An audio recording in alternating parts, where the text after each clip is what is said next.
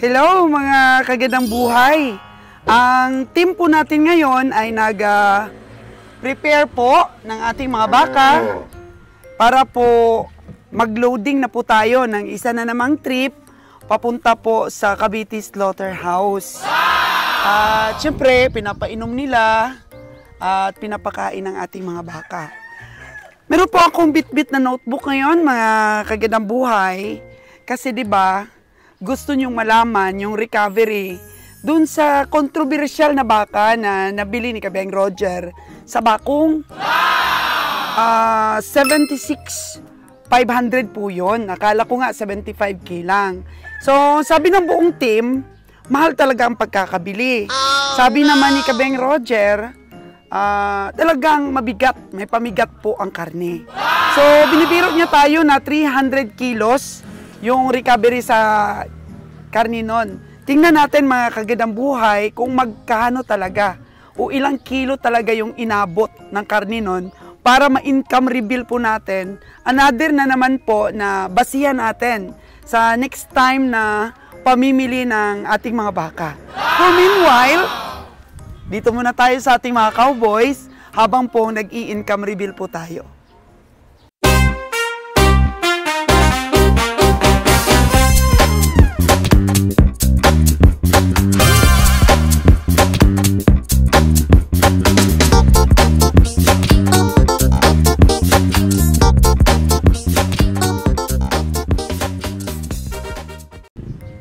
Oh, mga kagandang buhay, sa likod ko po, ito na yung ating bahay ng baka. Kasi malaki po talaga yung diferensya sa loss weight kung hindi natin naaalagaan ng ating mga baka. Pagkatapos po na mabili natin sila. Naisip po namin na kailangan pag nabili namin ang mga baka, 1 week pa namin iipunin, meron silang kulungan na nare-relax sila. Kasi nung nakaraang mga araw, umulan po ng napakalakas.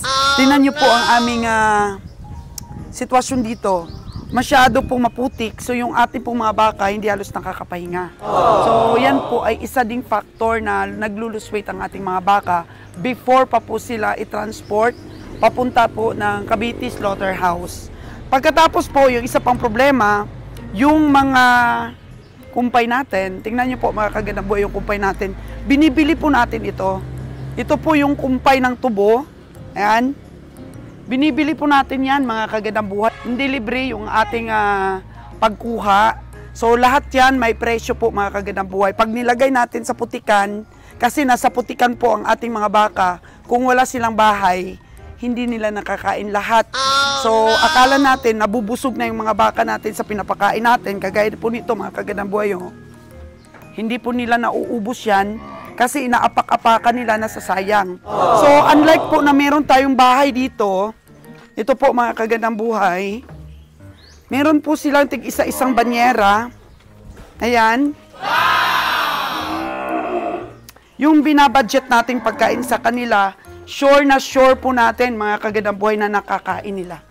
So ito po yung mga alagain natin. Oh. Sure na nakakain talaga nila po. Po, mga kagandang buhay. Kapag kanilagay natin dito sa kanila pong kulungan. So that's why po na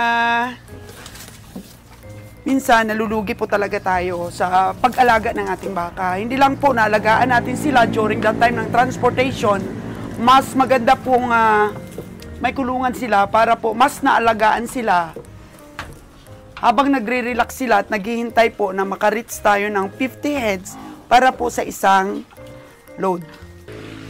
O, bigyan natin ng exposure, mga kagandang buhay, si Brahman Chocolate Brown. Napakaganda ng tinga niya, oh. Tsaka si White Brahman. Ayan. Oh, napako. Pagaga naman ng bakang ere. Napakabait. Ba't hindi mo inubos yung inumin mo, ha? Ito naman, oh, matakaw. Matakaw talaga ito si Chocolate Brahman. Ayan, naubos niya. Wala nang laman. Oh, pero si White, oh, marami ka pa, oh, inumin mo. Itong baka na ito, napakapagaga. Yan, pag ginanon-ganon mo, gusto niya gaganon-ganon. Gusto niya yung hinihimas-himas siya, mga kagandang buhay.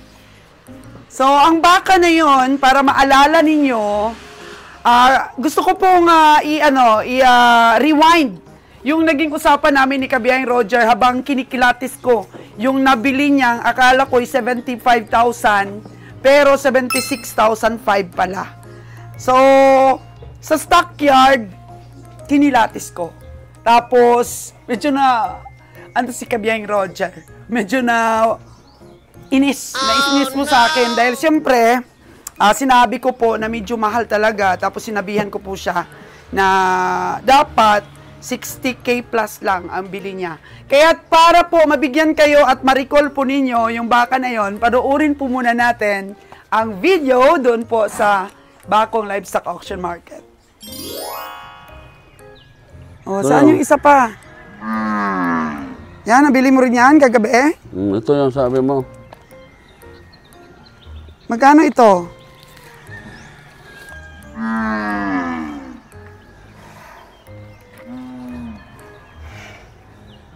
Magkano ito, kabiyahe?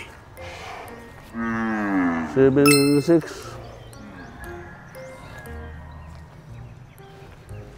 Naku po. Nagulat naman ako dito sa 76 mo. Bakit? Bakit ka magugulat? Gabi mo ba ito sinipat? Bakit ka magugulat yan? Laking baka niyan, walang kain. Ang haba ng katawan. Nako.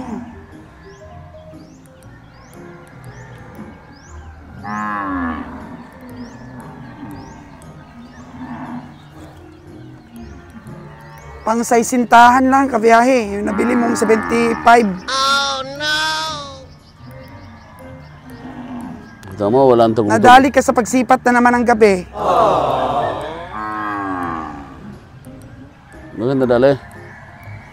Wala ka talagang tingin sa baka. Hindi ka pwede. Oh, no! Tingnan po natin ang recovery nito, mga kaganang buhay. Nabili ni kabiyahe ng 75. Pero sa tingin ko lang po, less 10K. Oh, no! Less 10K po ang presyo nito. Kung ako sumipat, nasa 65K lang po. Malalaman natin yan sa recovery. Kung sino po ang tama sa amin ni kabiyahe. Maliit po, para sa 75. Oh, no! Magagalit na naman si Kabiyahing Roger sa atin. Pero ang 75K niya po ditong bili ay mahal. Oh, no! Kaya malalaman lang natin yan sa recovery. Basta dapat ang presyo niyan, 65 lang. Malaman niya kung natin na.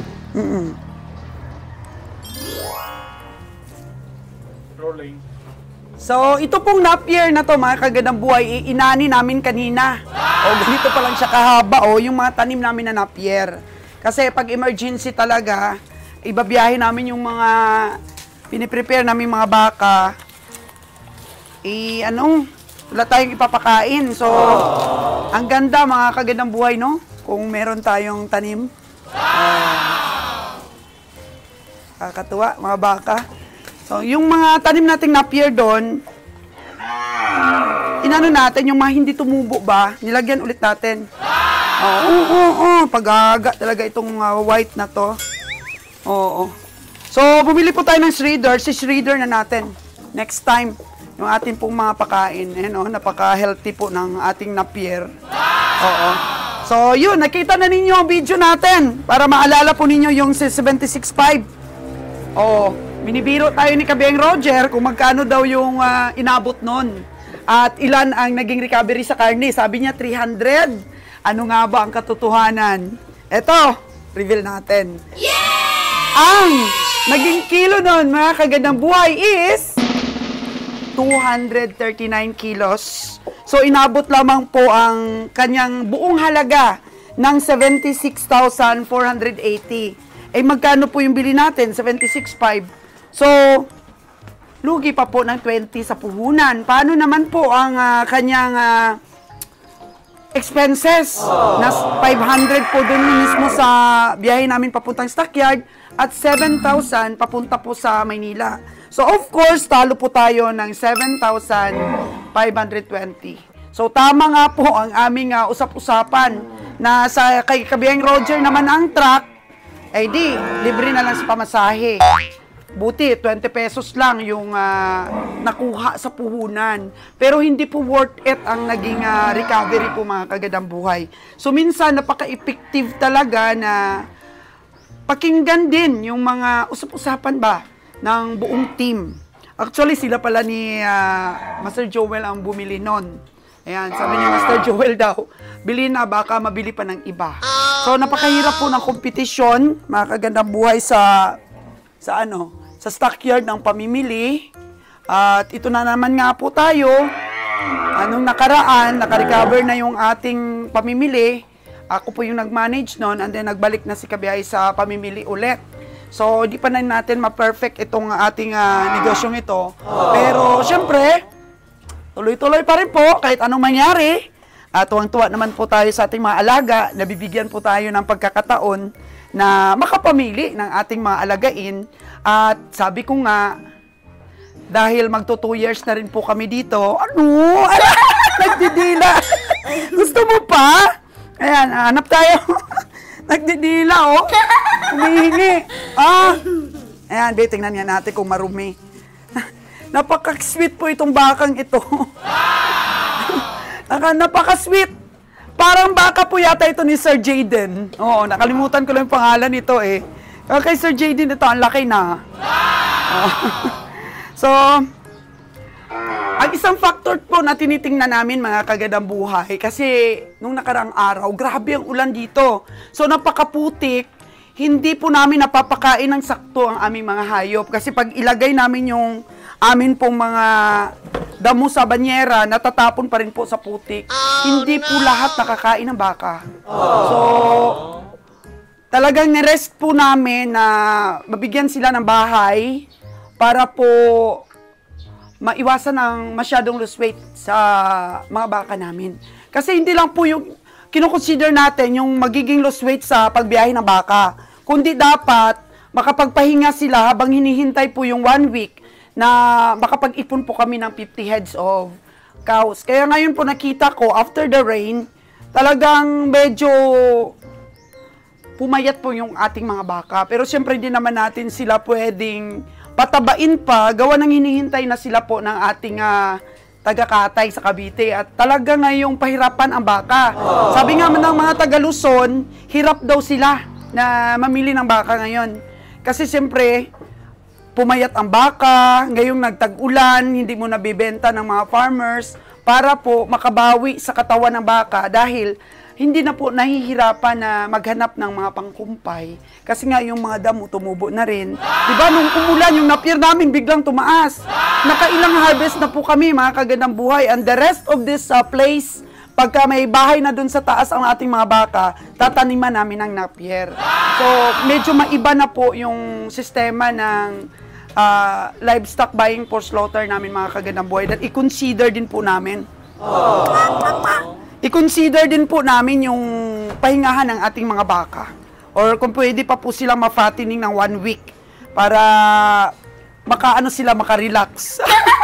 Kang ire. Pasilip ko po sa inyo mga kagandang buhay yung ginawa naming pahingahan ng mga baka doon po sa may bungyod-bungyod. Dahil nung nakaraan po, napasilip ko pero ano pa lang siya, mga poste pa lang. So ngayon, bago po ako umuwi, dahil sasama po ako sa biyahe, pauwi po, iwanan ko po muna dito yung trabaho natin. Update ko po kayo para pagbalik ko, makita na po ninyo yung, yung kabuuan. Kasi gusto ko mga 50 heads po doon, talagang, dapat, highway po dapat doon. Kaya, ano man po ang recovery ng ating Katay, kasi nga po mga kagandang buhay, yung iba, tumawag na kay Kabiyang Roger. Sumuko na po yung iba, mga kagandang buhay. Ayaw na daw nilang mamili. Kasi nga, nagmahal talaga po ang baka. Nagmahal talaga po. Kaya kahit sila Nalon, kahit sila Master Jewel, talaga pong nahirapan sa mamimili. So, kayo, sa taas.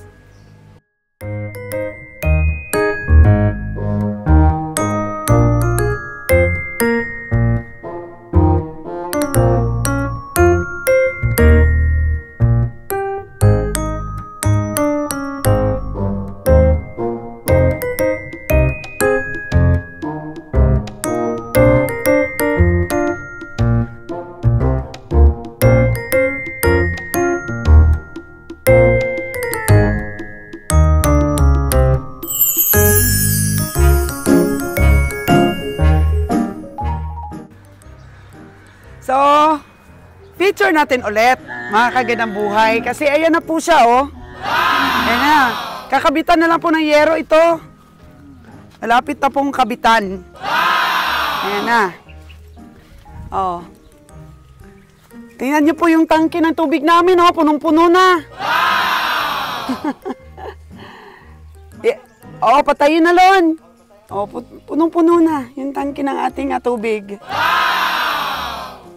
So, mga baka natin, yun nga ang sabi ko, mga kagadaboy kanina, na hindi lang po pag-alaga sa time ng travel, dapat ang gawin natin sa ating mga baka para wag ma-lose weight.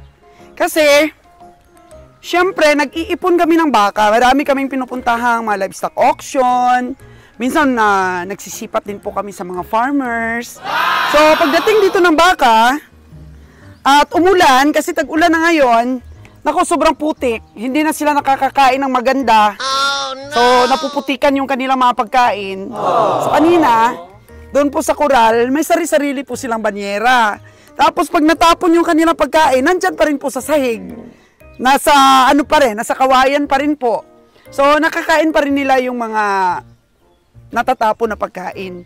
Tapos, siyempre di sila nalalamigan, nakaka-relax sila. Kaya, imbes na mag-lose weight yung ating mga pangbiyahe, dahil naalagaan po natin sila, nabigyan po natin sila ng magandang pag-alaga, parang nag-fattening pa po. So, medyo gumanda na refresh, saka yung mga katawan nila ay mapaghahandaan nila yung mahabang biyahe kapag maganda po ang kanilang kulungan, maganda ang pagkain. Kaya medyo medyo magastos yung ganitong hanap buhay. Ganitong pagpapagawa po ng bahay ng ating mga baka. Pero ito po ay kasama sa study natin. Para ito, feature ko ulit kasi mamaya sasama na ako pa uwi. Ganito pa lang ang itsura. Sige, Bray, ganito pa lang ang itsura, oh.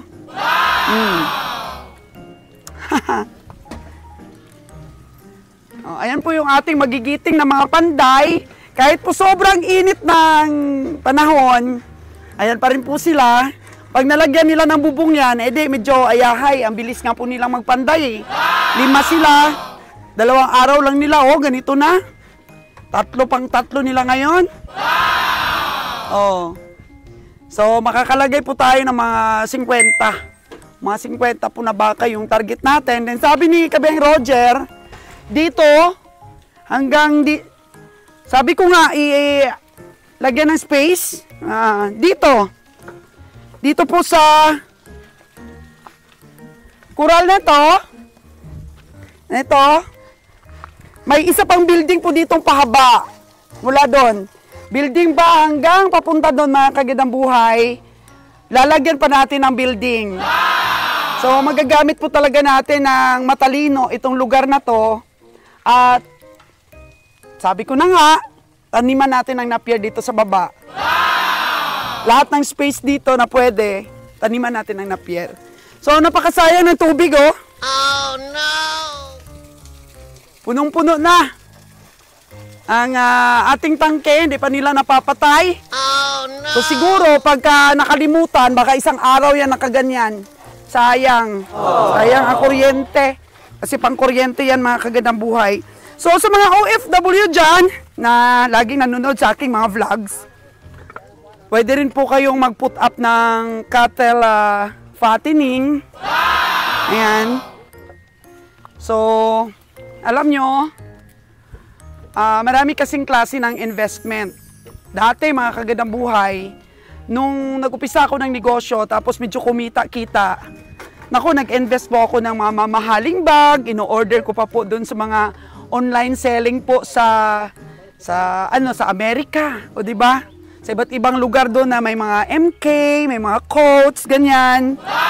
So, yung ganung mga investment po, nagluluma. Oh, no! Nagluluma, nasisira, tapos mga sapatos, mga kung ano-ano po mga kapritso sa katawan natin. Pero yung the best po na na-invest ko, na talagang napakinabangan at hindi po na-waste yung money ko, is Yung suot ko pong gold. Ayan, yung gold po kasi, ito yung napakagandang investment. So, maihalin tulad din po mga kagandang buhay sa pag-invest po dito sa ganitong klaseng negosyo. Diba?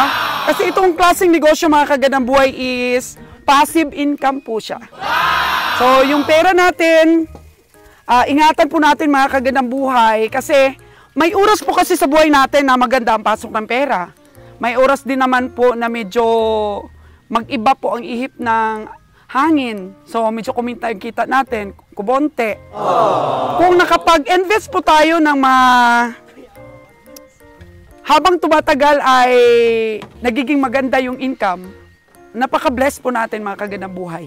Kasi nakapag-invest po tayo sa kapaki-pakinabang. Kaya, sabi ko nga, magastos lang, pero sa negosyo, kailangan talagang gumastos po sa capitalization and then yung napag-aralan natin. Kaya sana, pag naalagaan natin ang ating mga baka dito po, manalo na po tayo lagi. Kasi mas lalong lalaki kung naalagaan natin ng mas higit pa na nare-relax po ang ating mga baka. Ito na po lahat, mga kagandang buhay, yung ating ikakarga mamaya. Medyo, siguro to, sobra po siguro itong 50. Noy, sobra po siguro 50 ito ikakarga natin, no? Oo. Mga sobra pong 50 ito, oh, ayan. Oh. Yung mga payat to, wag mong ikarga, Noy. Piliin lang yung medyo naka-relax. Ayan po, si Nunoy, yung atin pong tagapag-alaga ng baka. At sinaping po natin siya kahapon. Binilan po natin ng mga damit. Pero sabi niya, sa December pa daw niya isusuot. At natawa na naman po ang kagandang buhay ninyo. Kaya napakasarap po sa feeling, mga kagandang buhay, yung na-appreciate talaga ng mga tao natin. Yung mga kunti-kunti pong mga pabor na binibigay din natin sa kanila. Kasi actually, si Nunoy po, iniwan niya ng asawa. Pero sa akin pa rin po nagtrabaho yung iba niyang anak. Kinuha natin po. Ayan. Mahigit 50 ito. Sabi nga ni Kabiang Roger, 55 daw yung kanyang isasakay. Sabi ko naman, nung nakaraan 52. Pero hindi kaya yung 55 siguro. Kasi last time na nagkarga kami ng 55, may naipit, may namatay. Oh, no! Yan. Ito, yung mga baka hanggang dito po, oh. So, pwede pa nating taniman ng napier dito banda, oh, sa baba. Yan, ano natin yan, bungkalin. Yan, bungkalin natin yan, mga kagandang buhay. Para sayang pang space. Lahat po ng space na pwede nating taniman natin ng napier. Para may maani tayo. Kasi na-inspire po ako, mga kagandang buhay. Ilang bisis na kaming nakapag-ani doon sa aming napieran. Ay marami pa rin po, hindi pa rin naubos. Eh, samantala pong batang-bata pa yung napiro. Ayan, hindi nila kinain, oh. Napakasayang. Oh, no! Oh, ayun, may feeds pa. Hindi kinain ng mga baka, ah. Oh. Alam nyo ba, mga kagandang buhay, ang time pa lang po natin is 1:00 ng hapon. Oo, pero wala pang 1:00, nagsibalikan na yung ating mga panday. Kaya sabi ko nga, pag nagpagawa ko nito sa akla ng ganito rin, sila na lang kukunin ko. Yan, kasi pag mabilis naman ang trabaho nila, mga kagandang buhay, at satisfied naman po tayo sa trabaho nila, bigyan natin sila bonus. Oo. Yan po kasi yung mga konting balik rin ng mga kasipagan ng mga tao. Ang ganda nito, buwan pa siguro ito matatapos, mga kagandang buhay. Mga 1 buwan pa yan nila gagawin. Hanggang doon pa eh. Hanggang doon pa. Tsaka may second building pa. Sana po pagpapalain tayo ng Diyos. Sana makakita tayo ng pera. Tuloy-tuloy lang po para may panggastos tayo dito sa project natin. Para ayahay na po. Hindi na po tayo yung pag tag-ulan ay kawawa yung mga baka. Hindi natin mapakaing mabuti. Kaya yun. Pag ganun po, pag gusto rin ninyong negosyo ng livestock buying for slaughter, hindi lang basta-basta na dito natin ilalagay sa labas. Kasi kawawa ang mga baka, ulan, init, oh. Ulan, init, nandito sila. So ito na yung ating ipoposte. Sabi ni Kabiang Roger, ano daw, mag-order pa daw siya, mag-order ng karagdagan ng mga kawayan. So maraming kulang dong? Marami pang kulang? Oh, marami pa. Ano ba, dapat may maliliit para sa taas? Oo, bibili na lang po siguro tayo. sa mga nakadisplay dito para hindi po matigil yung kanilang trabaho. Hindi pa rin yung napako yan, kuya? Hindi pa napako. Tinalian pa lang po nila ng kumbiyor. Yan mo, 5 sila. Ang bilis. Yan, lalagariin na yung mga sobra para po preparation na. Para po malagyan na nila ng bubong. So, pagbalik ko po mga kagandang buhay, feature po natin ito lahat. Tignan natin magkano yung magastos natin. Feature po natin ito, gaano kahaba. Sukatin po natin ito. Sa ngayon, hindi ko alam ang sukat. Basta mula dyan at doon sa dulo na yun, lagyan natin ng kubo doon. Para meron din tayong pahingahan or may tirahan din ang ating mga cowboy po, mga kagandang buhay. Mula dyan, kasya na daw dito ang, ilan nga daw ang kasya dito? 3, 6, 9, 18. 18 ang kasya dito sa isang building. Magtayo pa tayo ng isang building dito, dugtong for 18 ulit. Ilan na yan? 36. Plus, isa pa dito, mga 3 pang dugtong, mga kagandang buhay. 3 dugtong na 18 hanggang po dito. Yan. Tapos doon pa sa baba. Kasi siyempre may mga alagain pa tayo.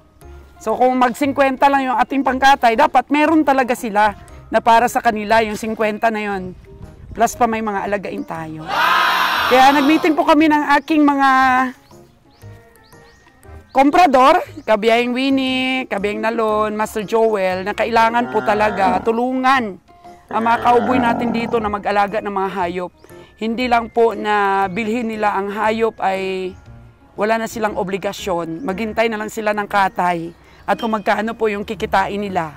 Kundi tulungan din po dito na maalagaan ng gusto ang ating mga baka, maghanap ng kumpay, magkontak-kontak kung saan po makakabili ng kumpay.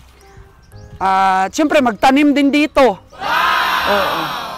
Ganun po ang gawin natin para po ang trabaho ay gagaan. Tingnan nyo mga kagandang buhay kung walang bahay ang baka. Pag umulan ito, naku kawawa, pati po yung ating tagabigay po ng pagkain at kumpay sa ating mga baka ay kawawa rin. Dahil nangunsumisyon din po sila na ang binibigay nilang mga pagkain ay napupunta lamang sa putik. So, malay mo po mga kagandang buhay, may mga OFW po nanonood sa ating mga vlogs. At mag-invest din po sila ng lupa. Yun po ang magandang investment. Kanina po sinabi ko yung mga tungkol sa bags at saka mga mamahalin bang mga gamit. Hindi investment ang tawag doon eh. Kasi ang investment may balik. Di ba? So siguro ang matatawag doon hindi invest yun, hindi investment. Ano siguro yun? Layaw. Layaw po ang tawag doon.